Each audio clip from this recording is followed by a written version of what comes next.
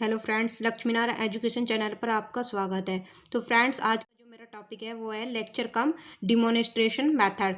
इसमें क्या है कि जो लेक्चर कम डिमोनेस्ट्रेशन मेथड है, ये क्या है कि दो मेथड का कॉम्बिनेशन है। तो मैं आपको पहले वाली वीडियोस में लेक्चर मेथड और डिमोनेस्ट्रेशन मेथड अलग अलग से करा चुकी हूँ।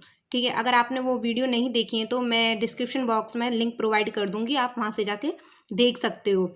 ठीक है, अब इसको लिखने से पहले आप इसको एग्जाम में जब सॉल्व करोगे तो आपको पहले क्या है कि लेक्चर मेथड और डिमोनेस्ट्रेशन मेथड को अलग अलग पहले बताना होगा थोड़ा थोड़ा। उसके बाद में क्या है कि आप लेक्चर कम डिमोनेस्ट्रेशन मेथड बताओगे। अब देखते हैं इस मेथड में होता क्या है कि जो ये मेथड है, कॉम्बिनेशन है दो मेथड का, लेक्चर कम और डिमोनेस्ट्रेशन मेथड का।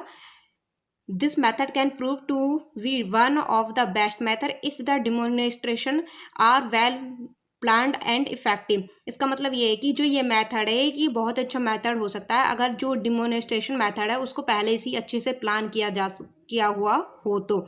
ठीक है, अब इसके बाद देखते हैं कि it include the merit of lecture method and demonstration method, यानी कि जो हमारे लेक्चर मेथड और डिमोनेस्ट्रेशन मेथड थे उनकी जो मेरिट थी उनको क्या है ये इंक्लूड करता है जो ये मेथड है। अब देखते हैं इसका प्रोसीजर क्या है। प्रोसीजर में ही साथ साथ मैं आपको रिव्यू करा देती हूँ ये दोनों मेथड्स को। पहले लेक्चर मेथड में क्या होता था कि ये टीचर सेंटर मेथड था। इसमें टीचर मतलब लेक्चर देकर स्टूडेंट को समझाता था यानी कि पढ़ाता था। लेकिन जो डिमोन्स्ट्रेशन मेथड था उसमें क्या था कि जो टीचर है वो अपने जिस टॉपिक को करा रहा है उसके लिए कोई एक्टिविटीज़ या परफॉर्मेंस करके दिखाता था या कोई प्रैक्टिकल ही करके दिखाता था उस टॉपिक को, ताकि बच्चे उसको अच्छे से समझ ले। अब लेकिन इस मेथड में क्या होगा कि इन दोनों मेथड का कॉम्बिनेशन होगा। यहाँ पे टीचर क्या है कि जो टॉपिक है उसको दिखाएगा भी, उसको परफॉर्म करेगा भी और उसको लेक्चर द्वारा भी समझाएगा। इसके प्रोसीजर में क्या है यही लिखा हुआ है कि फर्स्ट पैराग्राफ में आप पढ़ेंगे कि जो इसमें टीचर है वो क्या करता है, यूज़ करता है डायग्राम का, फिगर का, स्टेटमेंट्स का और परफॉर्म करता है उसको एक्सपेरिमेंटली जो टॉपिक है उसको क्लास के अंदर, ताकि जो उसका जो क्रिटिकल पार्ट है यानी कि जो कठिन पार्ट है उसको और आसान और क्लियर बनाकर बच्चों के क्या है समझा सके। उसके बाद है कि the children view the actual apparatus and operation, यानी कि जो स्टूडेंट है वो क्या करते हैं वो उस टॉपिक से रिलेटेड जो जो रियल एपरेटस हैं या फिर रियल जो उसके ऑपरेशन है उसके ऑब्जेक्टिव्स हैं उनको क्या है देख कर समझते हैं। यानी कि जिसमें जो लर्निंग होती है वो बच्चों को जो लर्निंग करते हैं वो किसके द्वारा करते हैं कि एपरेटस यानी कि जो ऑपरेशन वगैरह हैं उस टॉपिक से रिलेटेड उनको देखकर लर्निंग करते हैं। During experimentation and demonstration the teacher helps asking question from the student, thus the student observe the demonstration critically. It is assisting in developing observation, reasoning and logical power, यानी कि जो teacher है वो क्या करता है कि इस एक्सपेरिमेंट के थ्रू, यानी कि जब वो डिमोनेस्ट्रेशन करा रहा होता है क्लास में तो वो क्या है बच्चों को जो क्वेश्चन पूछ रहे हैं उनके लिए भी हेल्प करता है। और इससे क्या होता है बच्चों की जो रीजनिंग पावर होती है, ऑब्जर्विंग पावर होती है वो, और जो लॉजिक पावर होती है वो कहते हैं कि इंक्रीज होती है। ठीक है, तो ये हो गया हमारा इसका प्रोसीजर।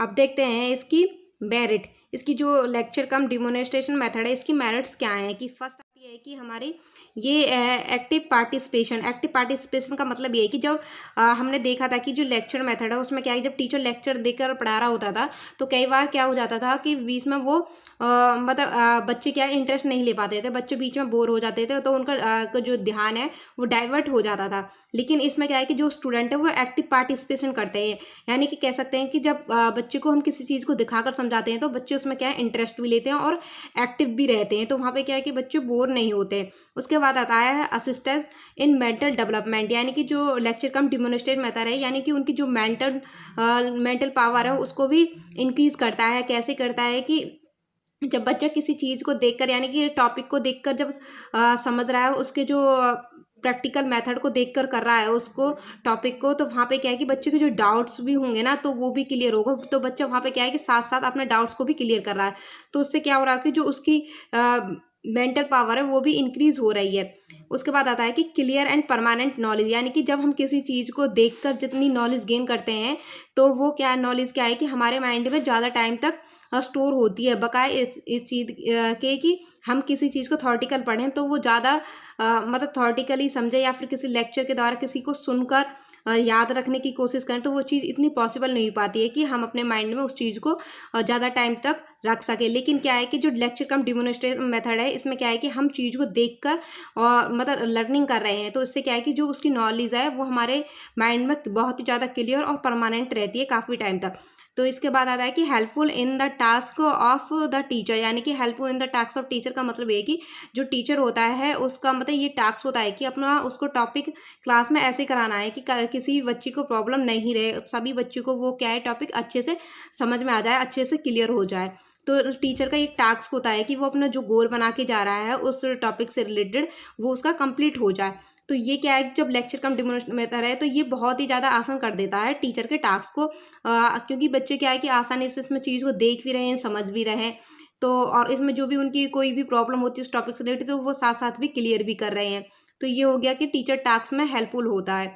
इकोनॉमिकल मेथड है, यानी कि इकोनॉमिकल मेथड हम कह सकते हैं कि ऐसे कह सकते हैं कि जैसे कोई हमें प्रैक्टिकल करना है तो ऐसे एक क्या होता है कि इतने सारे एपरेटस या प्रैक्टिकल के जो इंस्ट्रूमेंट वगैरह होते हैं वो अवेलेबल नहीं होते हैं कि हम अलग अलग बच्चों को जाकर वो करा सके वो। लेकिन क्या है कि लेक्चर कम डिमोन्स्ट्रेशन मेथड में क्या हो रहा है कि एक ही एपरेटस के द्वारा हम क्या है कि कई बच्चों को, यानी कि एक ग्रुप के बच्चों को आसानी से उस चीज़ को समझा सकते हैं। तो इकोनॉमिकल मेथड हो गया कि हमें ज़्यादा चीज़ों की ज़रूरत नहीं पड़ी। उसके बाद आता है इसकी डीमेरिट्स। इसकी डीमेरिट्स क्या है? डीमेरिट्स में सबसे पहले आता है lack of opportunities for developing practical ability, यानी कि प्रैक्टिकल एबिलिटी में जो कमी है उसके लिए यही हो गया कि जैसे जो टीचर है वो एक की ही एपरेटस के द्वारा क्या है कि बच्चे को उस टॉपिक को समझाता है, लेकिन वहाँ पे क्या है कि जो और स्टूडेंट है तो वो क्या है कि उस टॉपिक को प्रैक्टिकली मतलब कर नहीं पाते हैं, अलग अलग सारे बच्चे नहीं कर पाते हैं। तो उन सबको क्या है कि अपॉर्चुनिटी नहीं मिलती है कि उस प्रैक्टिकल को वो अलग अलग कर सकें, और उसकी जो अलग अलग करने की इच्छा होती है कि वो खुद से उस प्रैक्टिकल को, यानी कि उस टॉपिक के से रिलेटेड प्रैक्टिकल को करके देखें, तो वो कहीं ना कहीं कम रहती है, यानी कि कम ही रह जाती है उसमें। उसके बाद आता है एंडुकेंसिस ड्यू टू साइकोलॉजिकल रिस्पॉन्स। इसमें क्या है कि जो स्टूडेंट है जितनी भी नॉलेज लर्निंग बाय डूइंग करके गेन कर सकते हैं, इतना मतलब नॉलेज वो किसी चीज़ को देखकर या फिर सुनकर ही नहीं कर सकते हैं। तो इसमें क्या है कि एक ये कमी रह जाती है कि ये सारे बच्चे इसको नहीं कर पाते हैं। तो क्योंकि जो साइंटिफिक मेथड है वो मोस्टली इसी फेवर में रहता है कि लर्निंग बाय डूइंग, क्या है कि जो स्टूडेंट है वो खुद से कर कर उस चीज़ को, उस टॉपिक को समझे। तो इसमें इस चीज़ की क्या है कमी रह जाती है। तो ये हो गई इसकी डिमेरिट। उसके बाद आता है कि practical limitation and problem. Practically limitation and problem का मतलब ये है कि कई बार क्या हो जाते हैं, अदर इश्यूज भी हो जाते हैं, प्रैक्टिकली भी ये सारी चीज़ें हम परफॉर्म नहीं कर पाते हैं।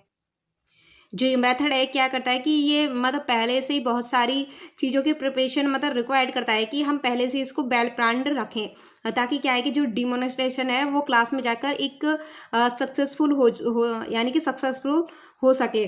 तो इसके लिए हमें क्या है कि जो डिमोनेस्ट्रेशन मेथड है उसको सक्सेसफुल बनाने के लिए सबसे पहले ज़रूरत होती है कि जो नंबर ऑफ़ स्टूडेंट होते हैं क्लास में वो लार्ज नहीं होने चाहिए, यानी कि ज़्यादा मात्रा में नहीं होने चाहिए। और क्या है कि जो स्टूडेंट है इसको जो देखने वाले हैं तो वहाँ से क्या है कि जहाँ ये मेथड का जो भी हमने एपरेटस बनाया है अपना, उसको जिस स्थान पर रखा है उसको ऐसे रखना है कि सारे स्टूडेंट उसको वहाँ से अच्छे से देख सकें। और स्टूडेंट क्या होना चाहिए कि एक्टिव होने चाहिए, ये नहीं कि स्टूडेंट इनएक्टिव बैठे हुए हैं क्लास में और हम जाके अपना मेथड्स करना स्टार्ट कर दें। तो ये क्या हो गया कि वहाँ पे स्टूडेंट क्या है कि इंटरेस्ट नहीं ले पाएंगे उस चीज़ में। और एक ये भी है कि जो टीचर है वो क्या होना चाहिए कि वो नॉलेज वाला होना चाहिए, उसको एक्सपीरियंस होना चाहिए इस मेथड को करने के लिए। तो ये हो गए हमारे other problem in lecture cum demonstration method. तो दोस्तों अगर मेरा टॉपिक अच्छा लगा हो तो please like share and subscribe my channel, और बेल आइकन को भी प्रेस कर दे ताकि आपको आने वाली मेरी जो न्यू वीडियो हैं उनका नोटिफिकेशन मिल जाए। Thank you for watching.